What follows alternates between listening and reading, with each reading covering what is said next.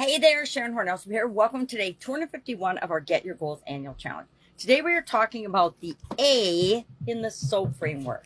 In the soAp framework, A stands for action. But before we can decide what to take action on, the options we explored yesterday, we have to analyze those options and have a tool or a way of deciding which one to take action on first. Sometimes we just intuitively know, hey, this is the thing I'm going to do right now because it's quick, it's easy, I can do it. And I can see if it gives me the results that I want or not. Is it moving me toward what I want or away from what I don't want? Other times, we need a little bit more in-depth analysis. And I share a lot, pros and cons, head, heart, and intuition, and different tools. And I think it's been since April we covered the urine analysis. Now, it's not the best name, but it is a great tool, and it's easy to remember, right? Most all of us have had some kind of a urine test throughout our lifetime, especially if we're female and have had children. But this is a great acronym because it stands for urgent, resources, important, necessary, and energy. And those are good criteria for analyzing our possible alternatives. So yesterday I came up with and circled 3 out of my 10, 3, and 1 options. Today we're going to come up with the 1. The 3 I picked were dress for success, hairstyle matters, and seek professional help. Probably need all of the above.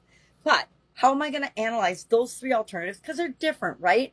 Some of them are more urgent than others. Some of them require more resources. Some of them are more important and necessary. And some are going to take more energy for me to actually implement than others. So I want to, on a scale of probably 1 to 3, because that's the number of alternatives I have, is rate each of these. Now here's the tricky part. When you're rating these, if you're coming up with either the highest or the lowest number, you have to have the grading scale be consistent.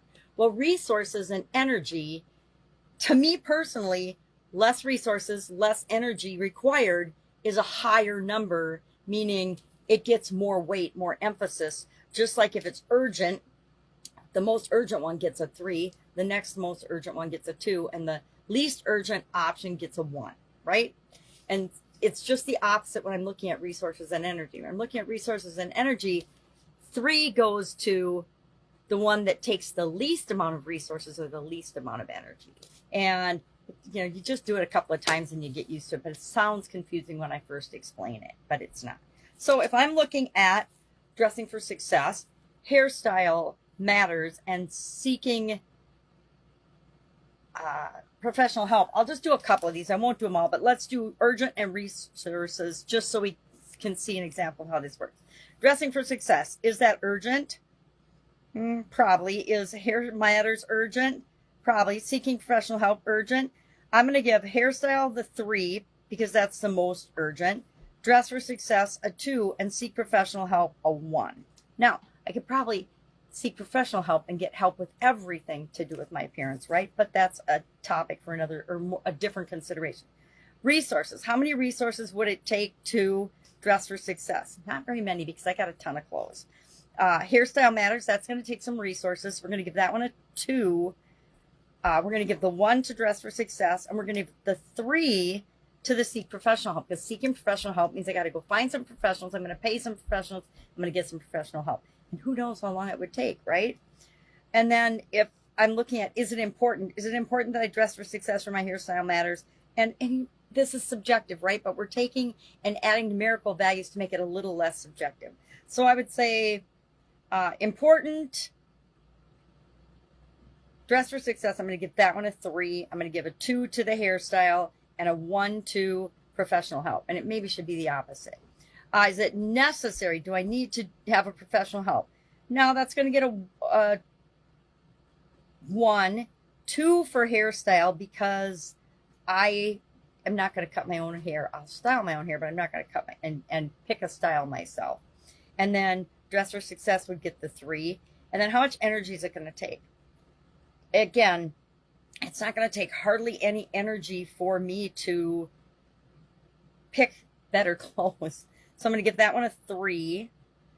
I'm going to give 2 to hairstyle, and then it is going to take a lot of energy for finding a professional. So I'm giving that a 1 because I want that to have the least amount of weight and emphasis. So if I were to add these all up, I've got 3, 4, 5, 6, 7 for professional, 3, 4, 5, 6, 7, 8, 9, 10, 11 for hairstyle, and 3, 6, 9, 10, 11, 12 for Dress for Success. So what's the first thing I'm going to take action on today?